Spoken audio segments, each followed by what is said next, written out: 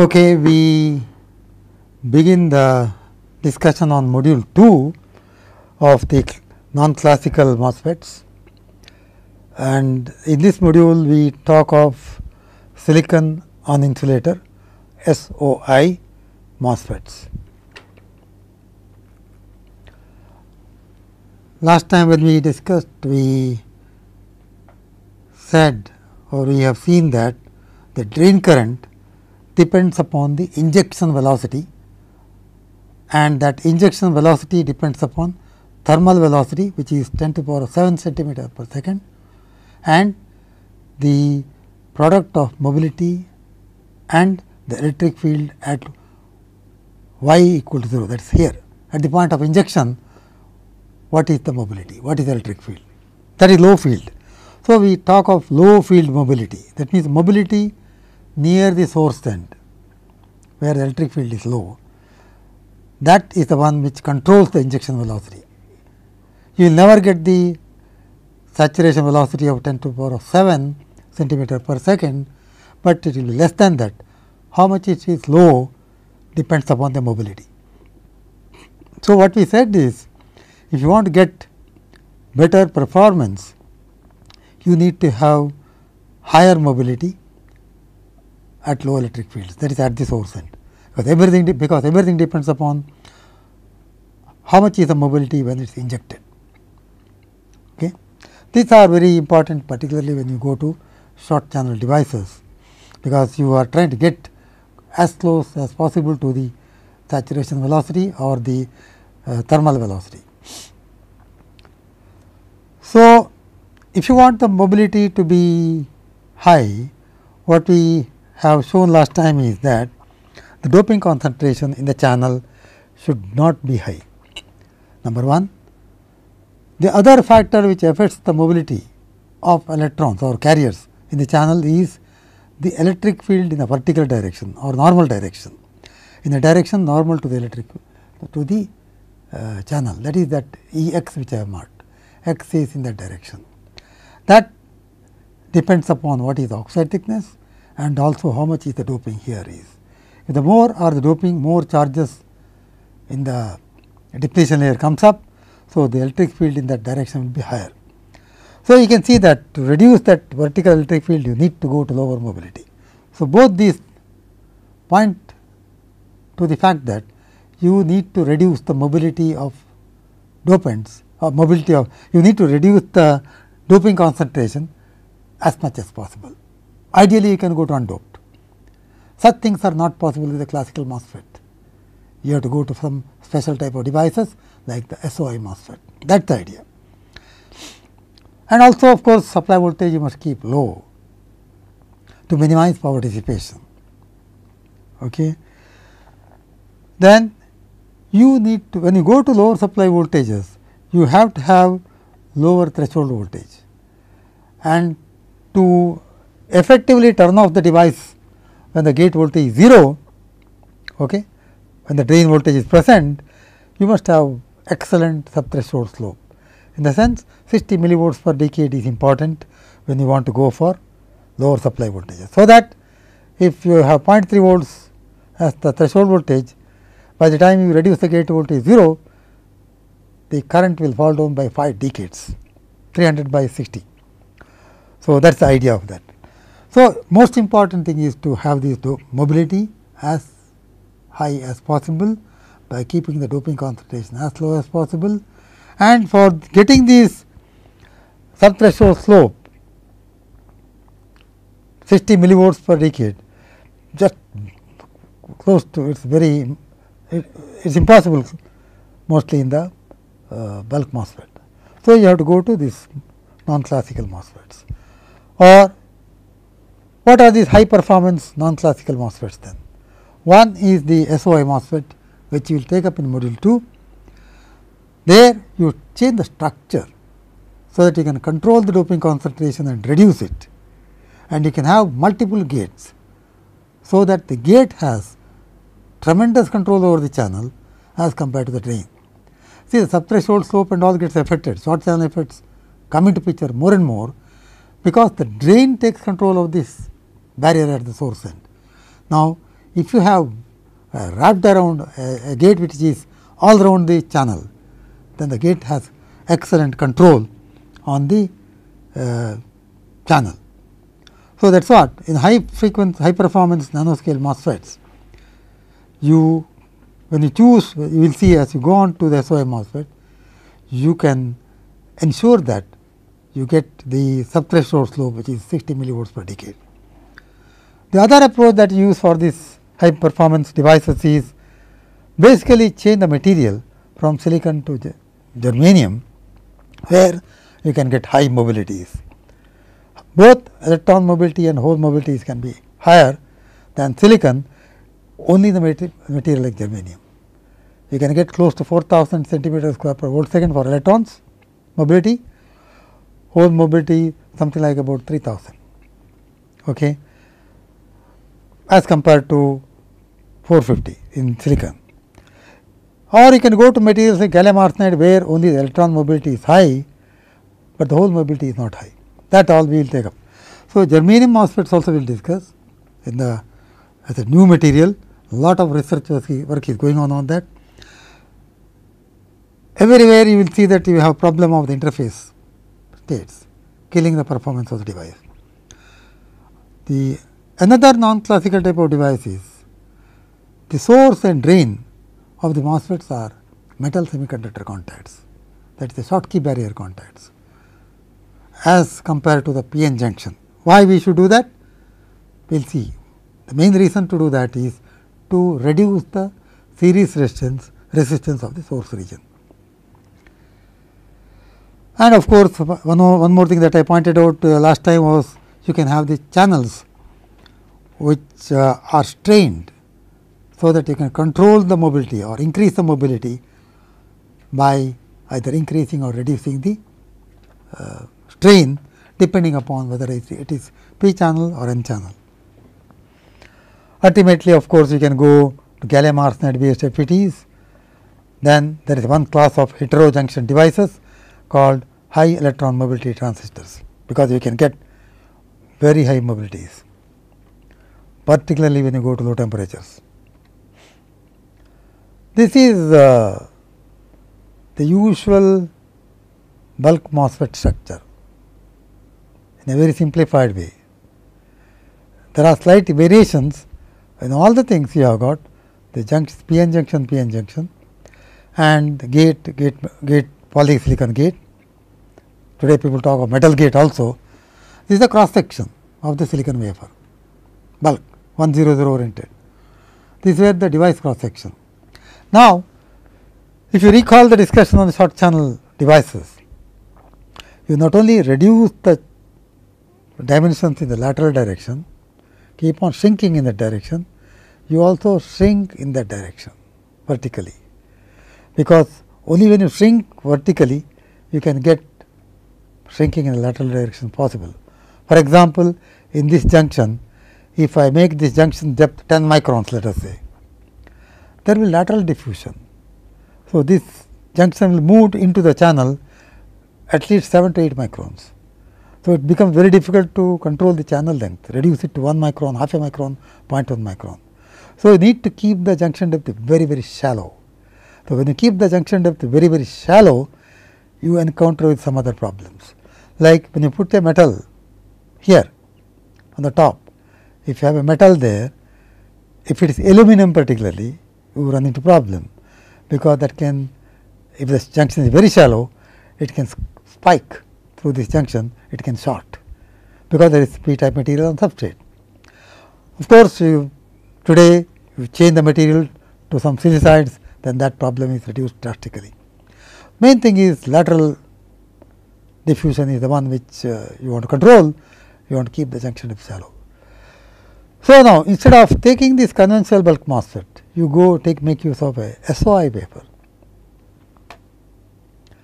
You have the silicon at the bottom, you have the red color, that is SiO2, then you have the silicon layer top. So, notice in the case of bulk MOSFET, strictly you are using only this portion only, the top portion only, the dotted line that I put, below that it is of no use.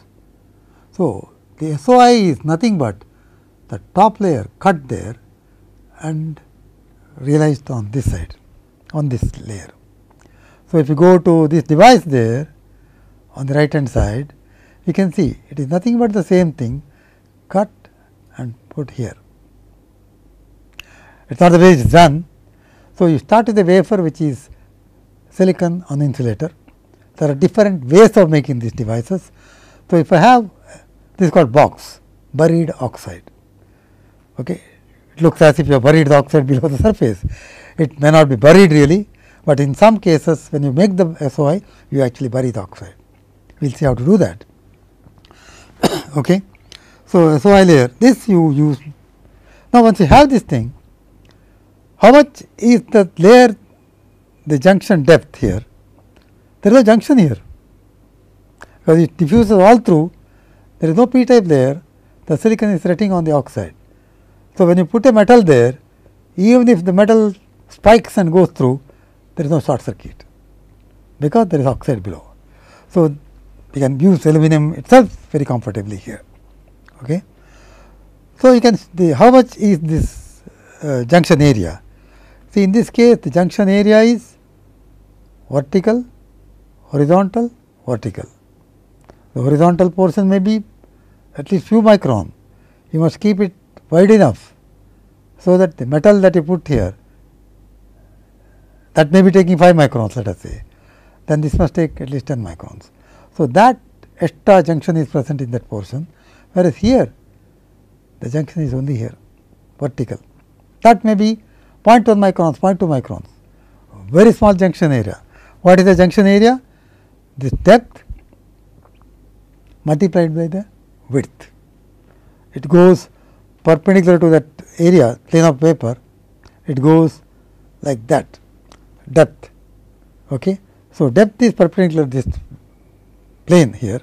So, W into this stage silicon, that is the junction area, whereas in the previous case it is W into the total area there. This may be large, 10 microns or 5 microns, but this will be only about less than a micron. You will see it even goes to nano today. When you talk of nano devices, you talk of the layers which are of nano dimensions, 10 nanometers, 20 nanometers of that order. You will see the benefits of that as we go on.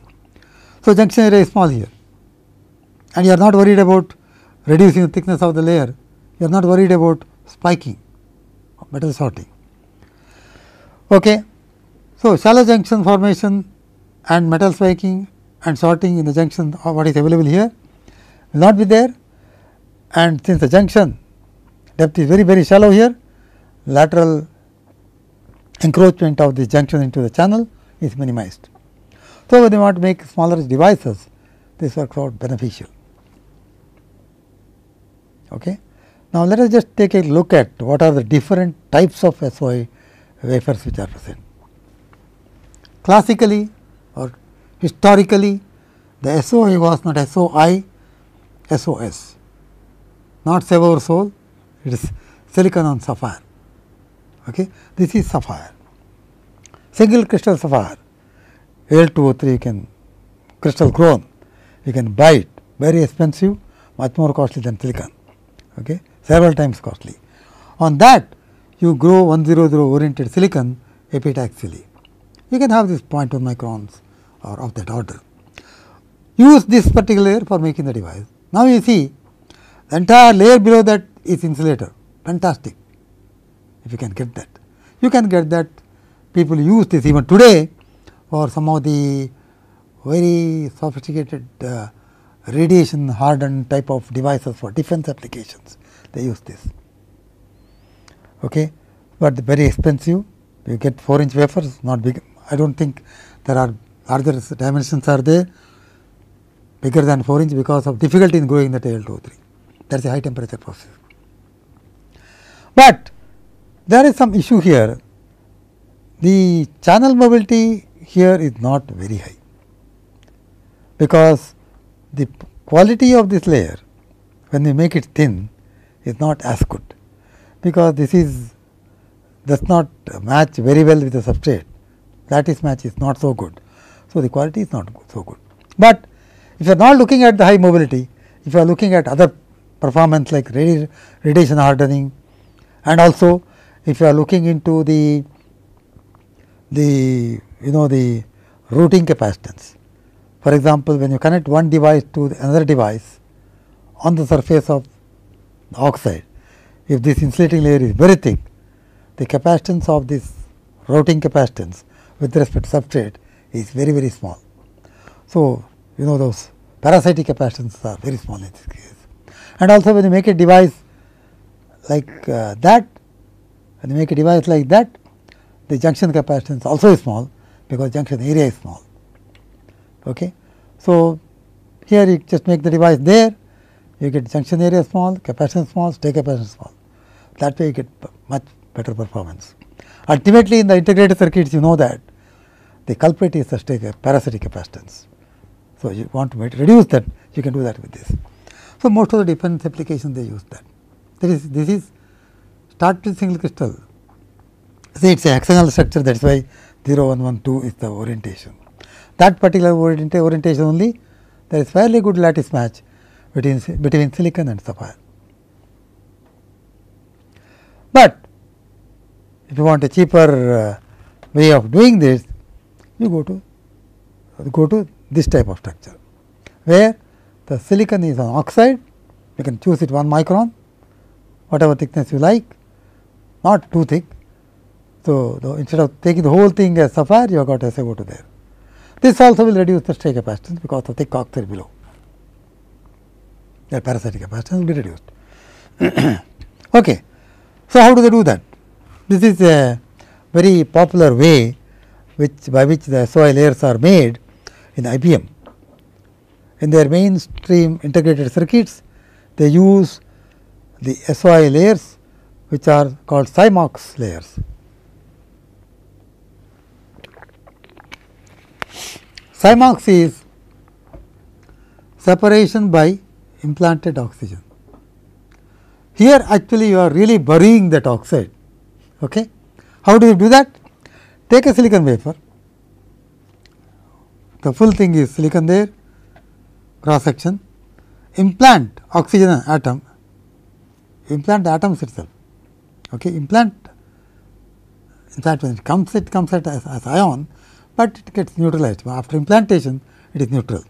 So, implant it at energy is like 100 to 200 kilo electron volt, so that the oxygen atom gets inside the layer and it is implanted into the bulk of silicon. The dark region which I have shown here is actually the region into which you have implanted. Actually, what happens is, when you implant it, depending upon energy, the depth at which it is implanted is decided. Maybe half a micron, 0.1 micron, that depends how much lower energy will be implanted close to the thing, close to the surface. Now, I put a band of region because when you implant the impurities or any material, it is not going to stay in one place. It goes through a surface. Most of them land at one particular depth, but there is a spread, because after all where it lands depends upon the number of collisions it experiences. In the sense, it comes with, let us say, 100 keV energy, it collides with one atom, the host atom, it is like a billiards ball. Okay. So, it collides with that, gets scattered, the lattice atom of the host atom also moves. In the billiards when you play, that moves, this also gets reflected. So, in one collision it loses some energy. After undergoing several collisions, it comes to rest. Okay. So, how far it goes to rest depends upon what was the energy, how much energy it loses in each collision, and how much it loses also depend upon the host atom and whether it hits head on collision or at a slight angle. Okay. So, if it is head on collision, then maximum energy will be lost in one collision. If it is at an angle, cos theta of that energy will be lost. It is actually proportional to the product of the two masses. Heavier masses will lose energy faster. it will be difficult to implant deeper. So, this oxygen atom you will see it as a spread, because depending upon the angle and number of collision experiences, it is a statistical phenomena. Instead of landing at one place there, here it will be around that region. That is why that depth band is put there. So, when you implanted, it was just oxygen atom. Okay. Now, raise it to high temperature like 1300 degree centigrade. Silicon does not melt at that temperature, because melting point is 1410 degree centigrade. So, that I change the color here, because it has become a SO2. Okay. Silicon dioxide, because of that oxygen reacted with silicon. So, what happens is, when the reaction takes place, there will be swelling, the volume will increase. You know that if you just look at number of atoms per centimeter cubed of silicon is 5 into 10 to the power of 22 per centimeter cubed. So, I just put some numbers here, just I will come back to this slide. So, if I have 1 micron oxide formed there, okay, it has, if the thickness of this is 1 micron, I am giving an example, the thickness of silicon is 0.44 micron. Even in thermal oxide, here also 0.44, whatever atoms which are there in 0.44 micron would have reacted with oxygen. Okay. In 0.44 micron, there will be some number of atoms will be there, into 2.27 number of oxygen atoms will react with that, into 2.2 into 2, whatever number of atoms is there into 2. For one silicon atom, 2 oxygen atoms. So, twice the number of oxygen atoms will react with that to get this thickness, but the volume or the thickness will be 2.27 times. So, what I have just put here is, to make it clear, number of atoms in silicon, okay, 1 micron silicon dioxide is 5 into 10 to the power 22 into 10 to the power this is number per centimeter cubed silicon atoms, into 10 to the power minus 4 is in 1 micron, though so many silicon atoms are there. Okay. So, in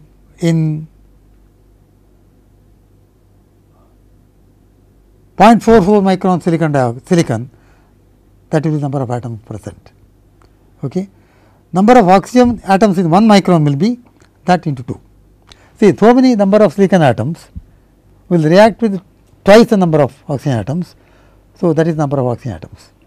So, what you have said is, in 0.44 micron thickness of silicon, how many silicon atoms are there? Now, twice the number of oxygen atoms will react with that to give you the SiO2, which is 1 micron. That is the idea.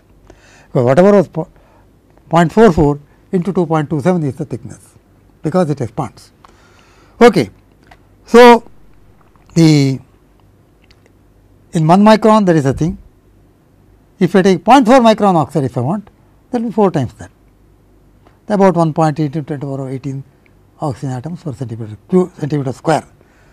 I put that number because I have written here, implant 1.8 into 10 to the power 18 centimeter squared of oxygen atoms to get about 0.4 micron, that is 400 nanometers. That working out I gave here. Okay.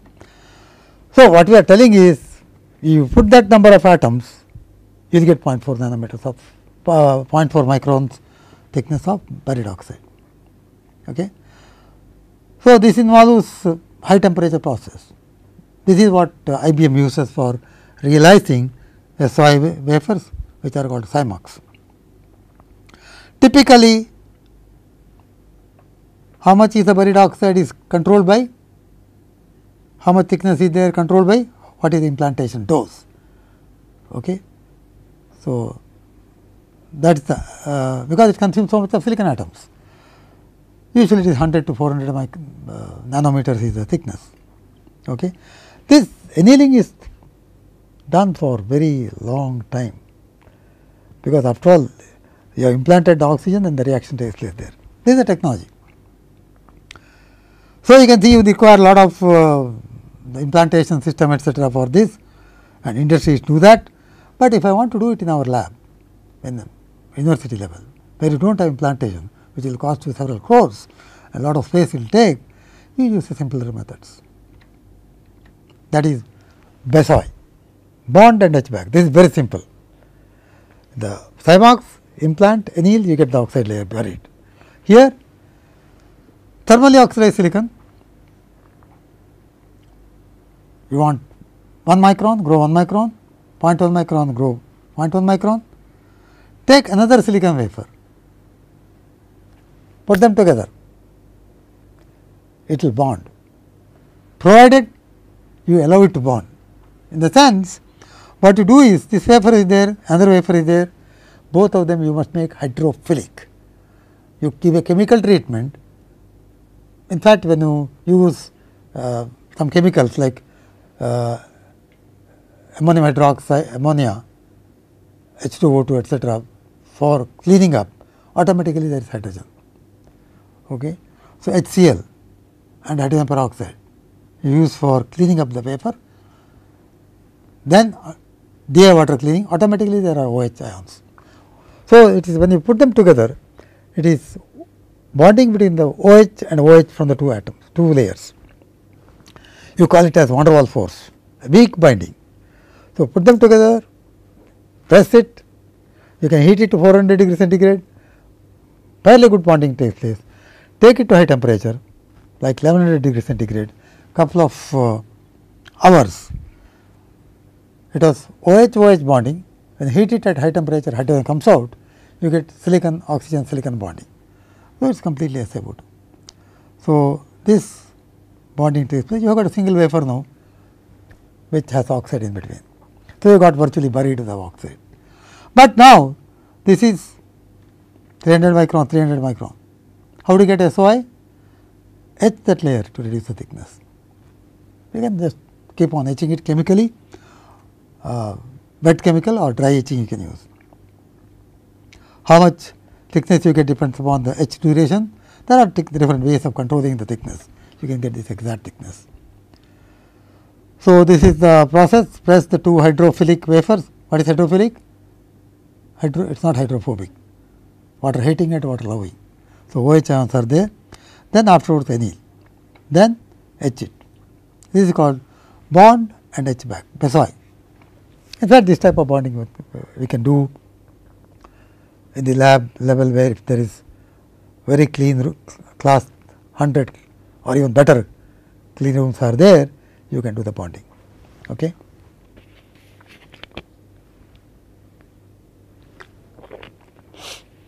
This type of wafers are very popular in MEMS, because you have this thin layer here, you remove the silicon from the bottom here, you get a membrane.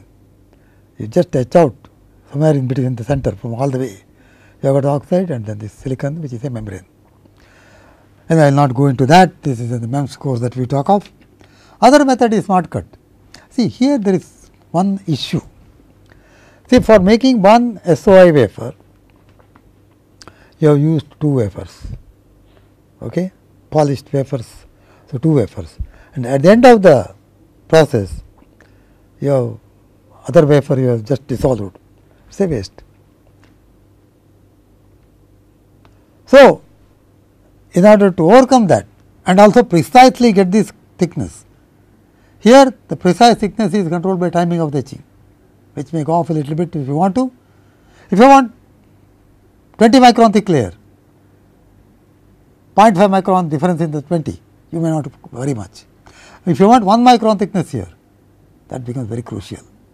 So, in those cases, and also if you want to use only one wafer per SOI, what you do is use smart cut method. This is patent of some company.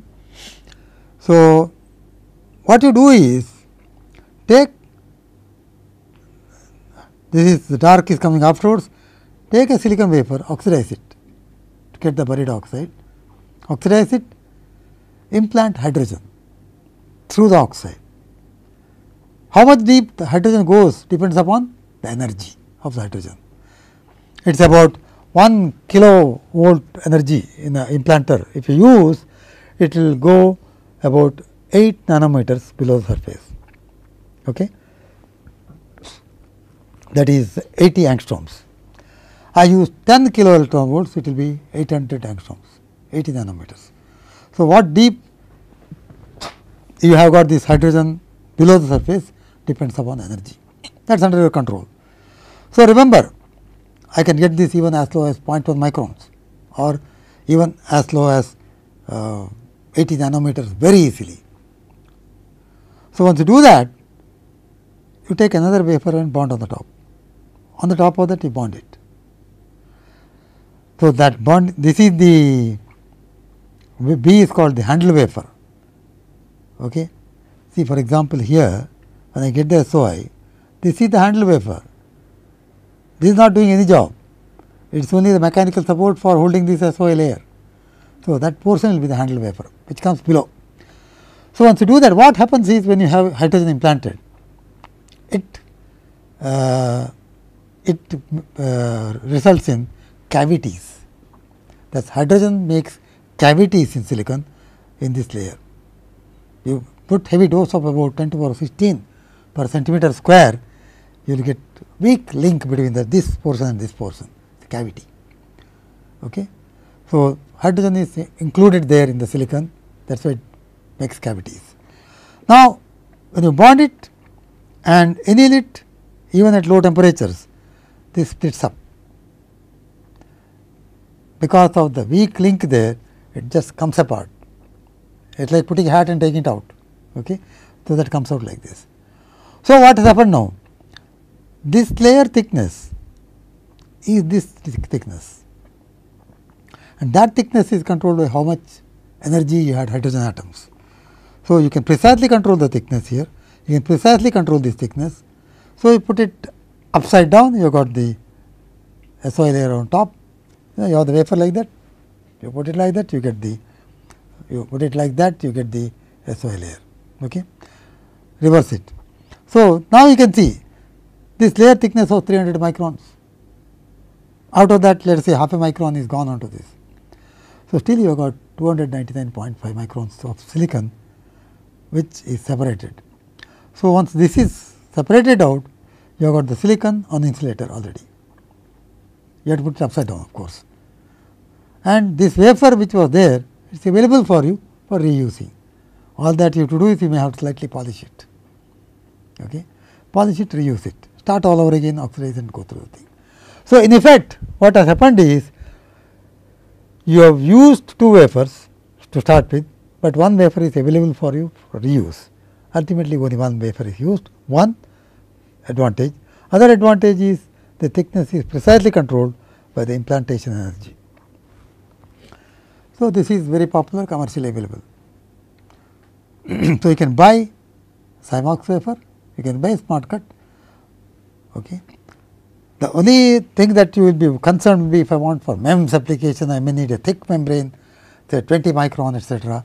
That you may not be able to get, because you will not be able to have energies of that high to implant it deep below 25 microns. So, in that case what you do is take this wafer, which is 0.5 microns, grow epitaxially 10 microns of silicon, then you will get 10 microns of SOI layer. So, if you want 10 micron of smart cut wafer, you can buy it. But if you want thicker ones, the better way to go is this one, because you do not worry about slight change in the thickness, but waste one wafer. You have to use two wafers to get one. Okay. So, now let us see the benefits of those are the technologies. Some other technologies also have come, but these are the most popular techniques.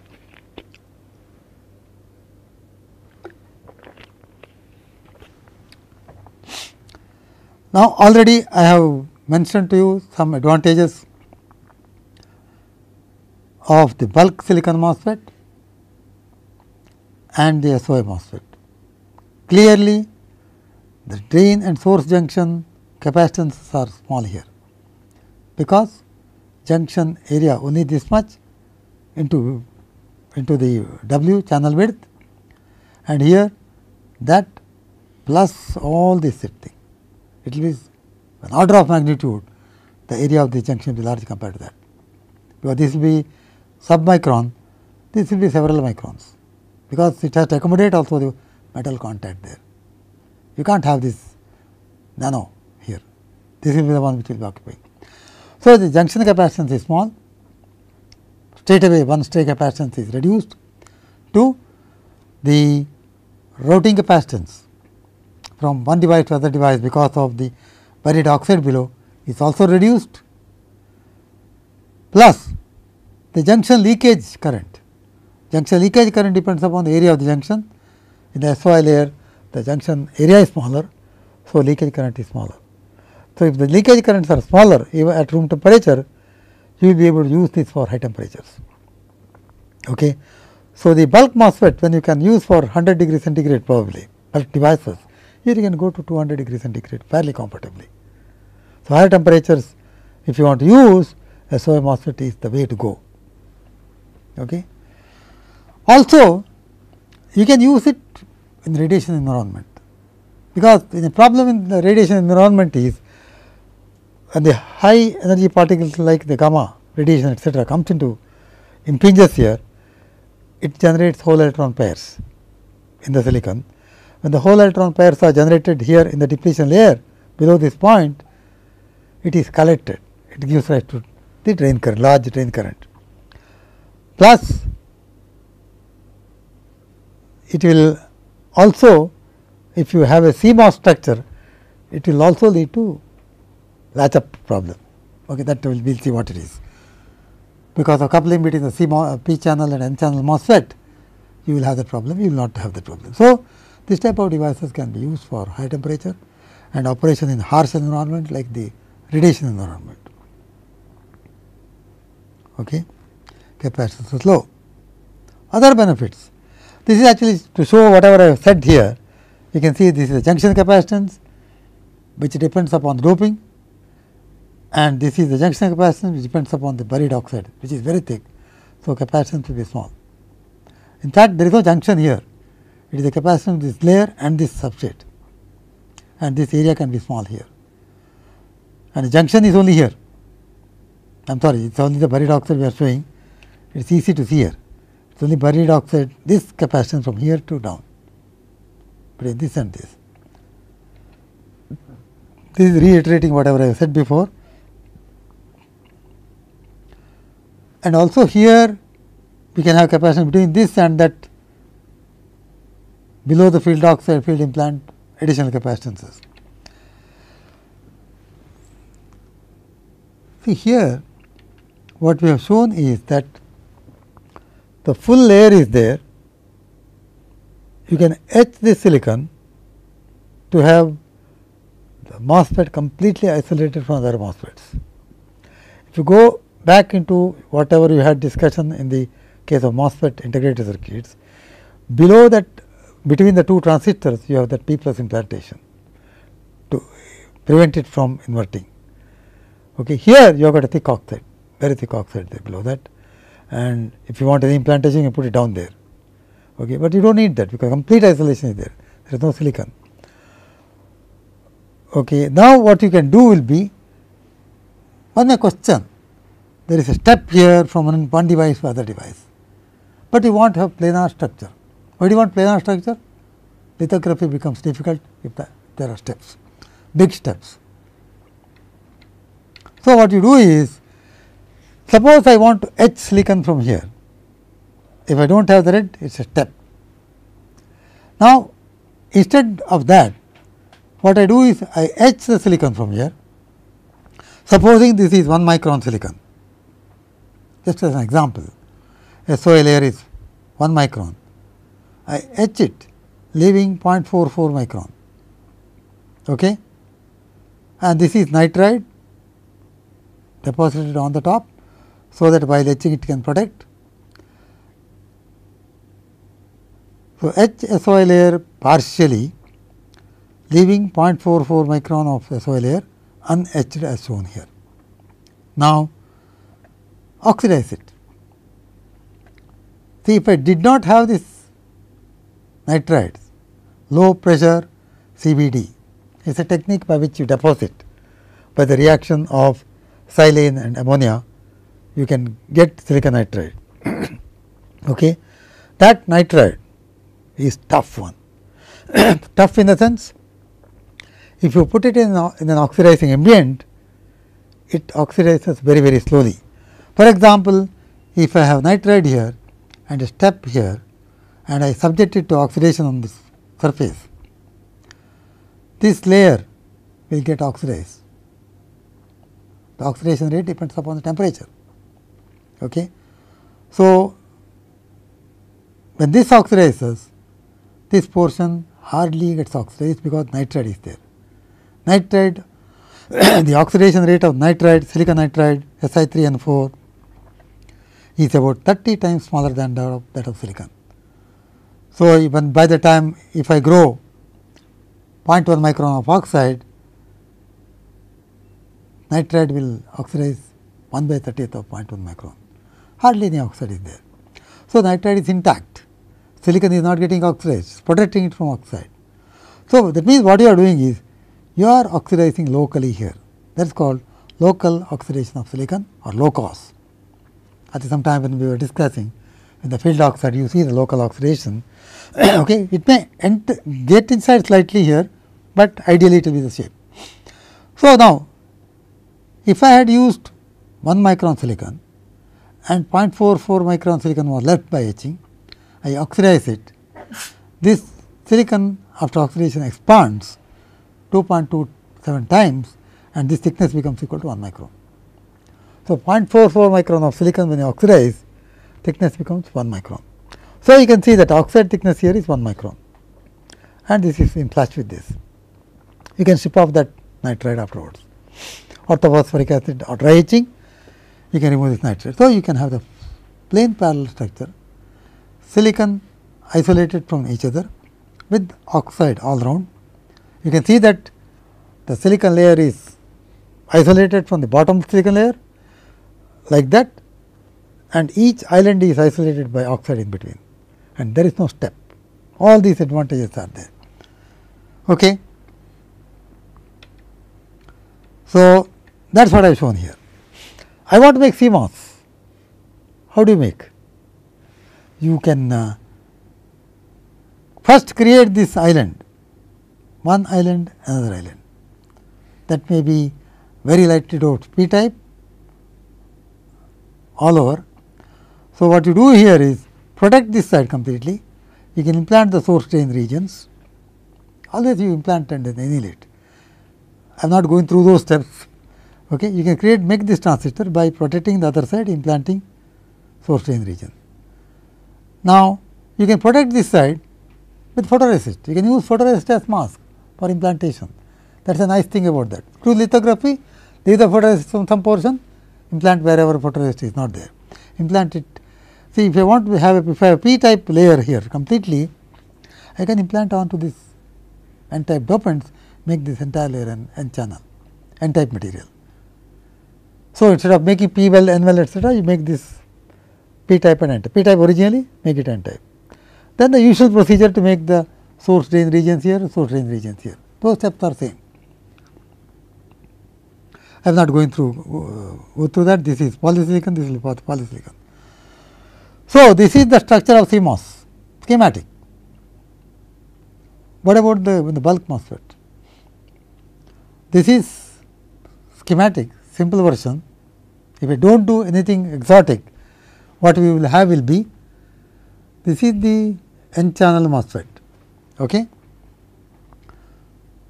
That is the source, drain of the n channel MOSFET, and the source is connected to a guard ring to ground it. Okay.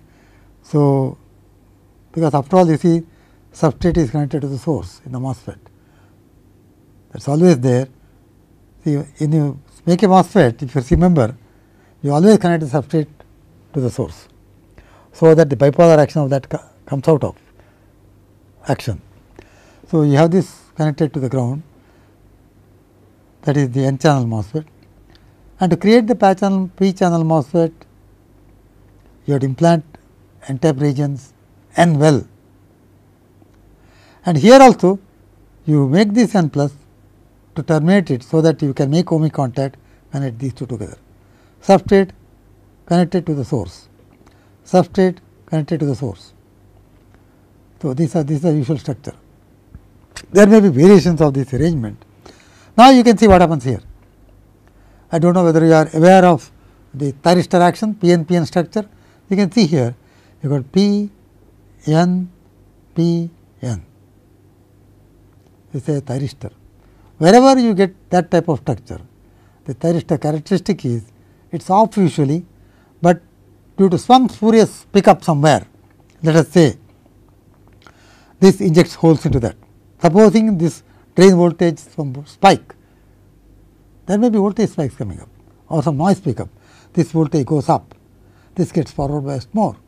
This injects holes, okay, and this PNP transistor, that is P, N and P, that is what I marked here. This PNP transistor injects electrons into the emitter, to the base, collector, and collector is driving the base of the NPN transistor. This is the NPN. Okay, NPN.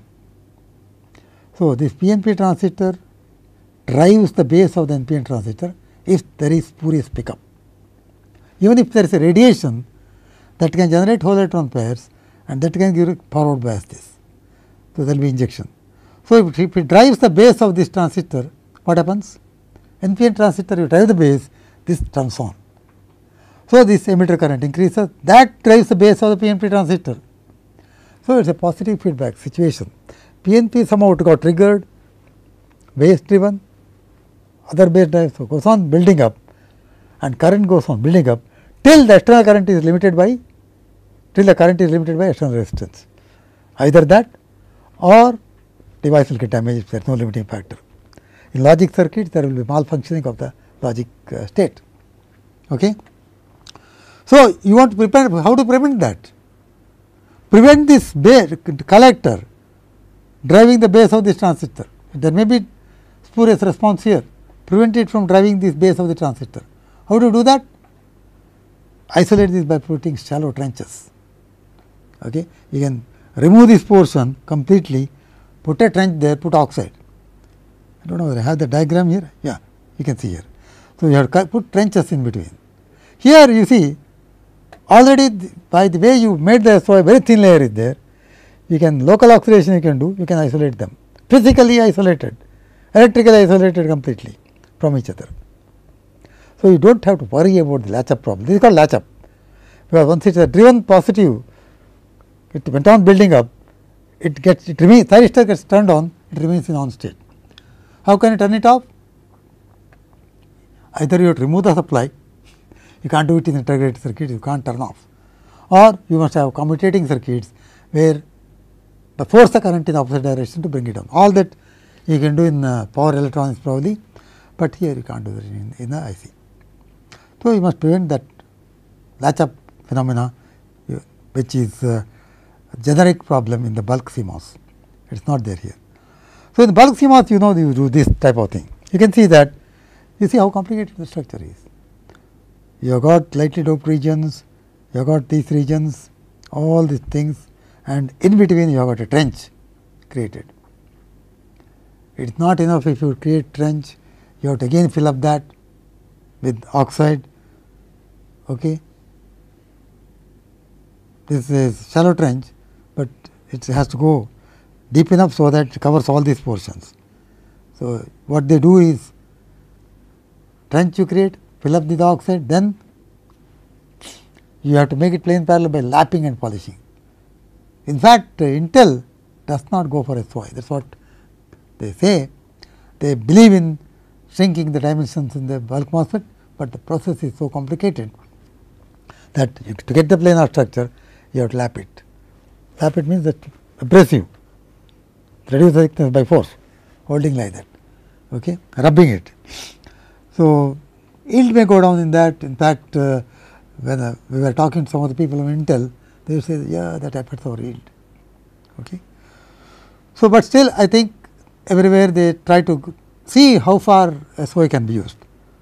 So, these problems are not there in the SOI, and this is another version of that. I just show this is more simplified way, more different way, the SOI like this, N channel, P channel, metal contact, oxide everywhere. Okay. Redrawn in a different way, that if there is thick layer you can go like that, but you can have them planar lecture almost like that. Okay? If it is very thin layer, usually you will see that you will go to very thin layers in integrated circuits. Okay. Now, in summary of these things about the SOI, we have seen the technology of that, how to make them. We have also seen what are the benefits.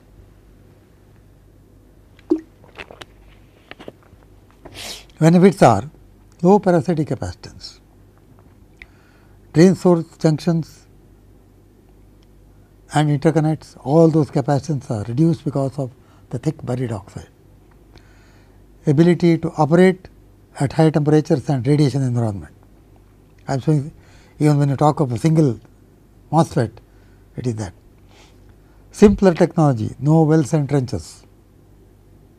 Shallow junctions easy to fabricate, because there is no junction here. It is only at the, there is no junction here, it is only here. That is what makes this capacitance also less. Then better dielectric isolation. The devices are isolated. P channel and N channel MOSFETs are isolated. That is dielectric, not p-n junction isolation. If you go to the bulk thing, it is a p-n junction isolation. Okay? N-well and p-well things. In both vertical and, so the isolation is both in the vertical direction, substrate is isolated, and in the lateral horizontal direction. Latch up free CMOS, we discussed that. Low voltage operation, I didn't, we will understand that when we go into the analysis of this device. That is, you can, if you need low voltage operation, low supply voltage, you need to have low threshold voltage. You will be able to go for low threshold voltage if the sub threshold slope is ideal, 60 millivolts per decade. You can never get that in the bulk MOSFET, it will be 70, 80 or 90.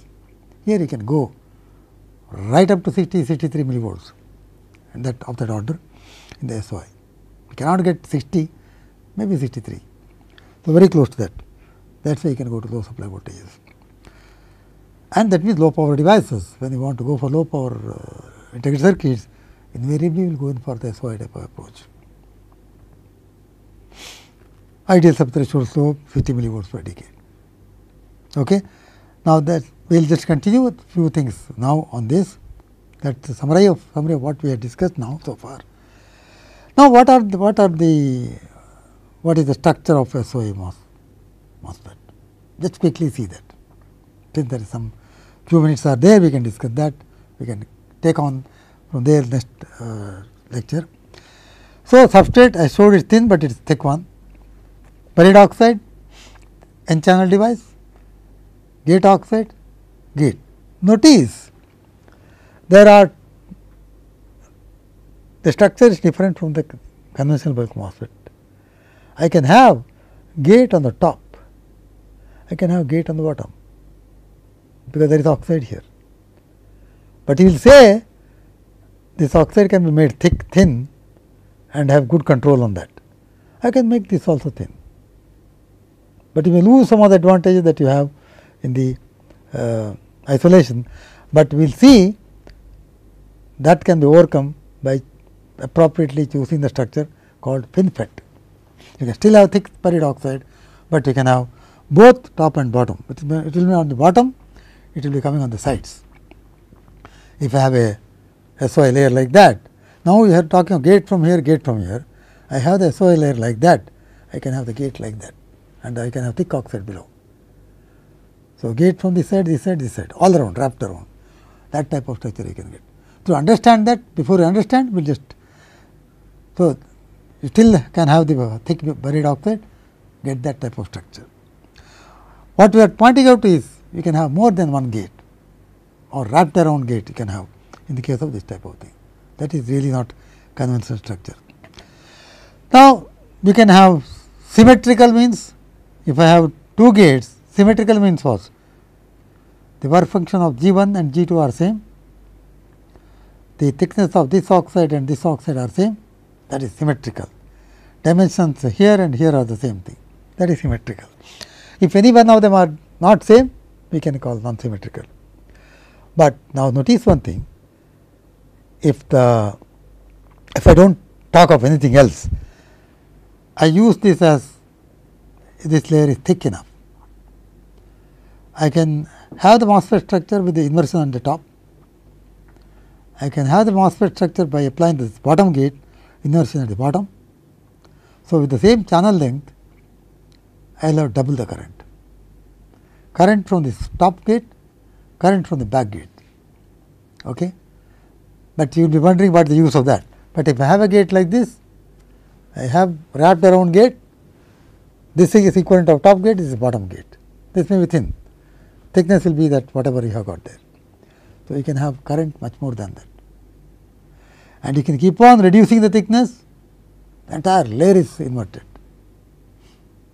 See, the inversion layer, we take it as a charge sheet. Actually, there is a charge from the surface going down below. Similarly, if this gate is inverted, there is a charge extending into the bulk. If the thickness is very small, the entire layer will be inverted. That is called volume inversion. You can have that type of thing. Okay, there are terrible or terrific advantages, tremendous advantages of volume inversion. Okay, you will see that you can get mobilities which are very close to ideal value. Undoped KZ patches. I can make the whole thing undoped. That also you will see how it is. See, if I have two gates here, the two gates are competing to have control on the channel. Okay. So, the gate, the drain is prevented from having control on the channel to a less extent, because these two are there from both sides coming. So, the short channel effects are definitely reduced here qualitatively. Okay. You can have, if that is the thing, you can have undoped ultra thin body MOSFETs also. Those are the different types you have got. Today, people talk of undoped layers here. We will have very interesting features which we will be discussing. Now, you will have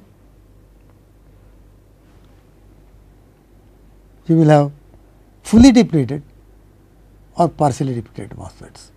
Okay. See, if you go to bulk MOSFET, what happens? The thick layer is there, only the top gate there is inversion, part of it is depleted, rest is bulk. Here, part of this layer will be depleted from the front gate, part of the layer will be depleted from the back gate. If both the depletion layer meeting together, that is fully depleted. If they do not meet together, it is partially depleted.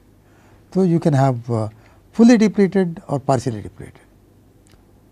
Partially depleted, you will see that operation is same as the bulk MOSFET. Okay. Why? Middle region is not depleted, only.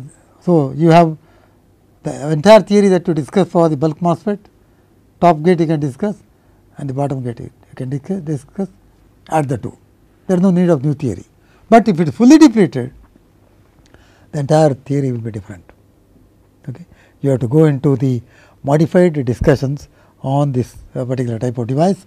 I think I will get back to those full details of these SOI MOSFET operation, theory involved, etc. in the next lecture. So, we have gone through the many advantages that this SOI type of device is there, and how to achieve that. What are the characteristics of the devices, we will discuss in the next 1 or 2 lectures.